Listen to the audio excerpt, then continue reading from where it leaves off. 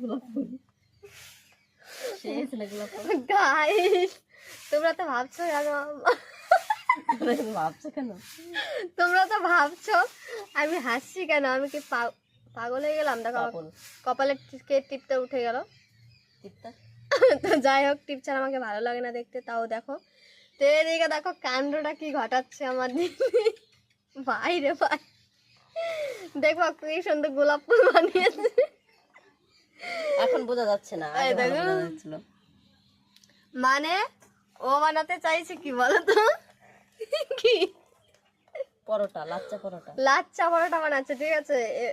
মানে পেঁচিয়ে আছে ঠিকই, কিন্তু বোঝা যাচ্ছে না ভাই ওটা কি। আমার যেরকম সেরকম দেখা গাই, বেলা যাচ্ছে না গাইস, দেখো।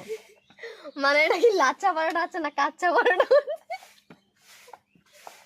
কাচ্চা হচ্ছে, কাচ্চা। ও মাই গড।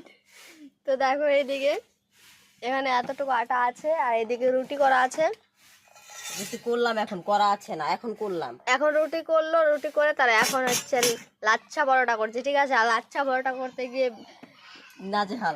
বেলনা হচ্ছে না, মানে কাচ্চা পরোটা হয়ে যাচ্ছে। দেখো এর মধ্যে কোনো শেপ আছে? পেঁচানো পাচ্ছানো কোনো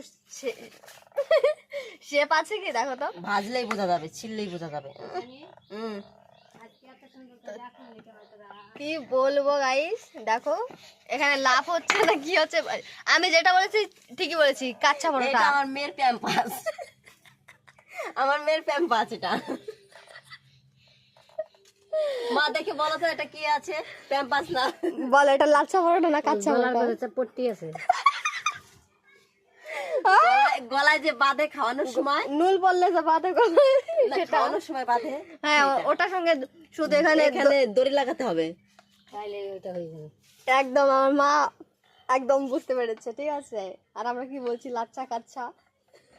তো চলো বানিয়ে দেখি লাচ্চা হয়েছে না কাচ্চা হয়েছে, খাওয়ার পরে বোঝা যাবে, ঠিক আছে? ছিললে পরে।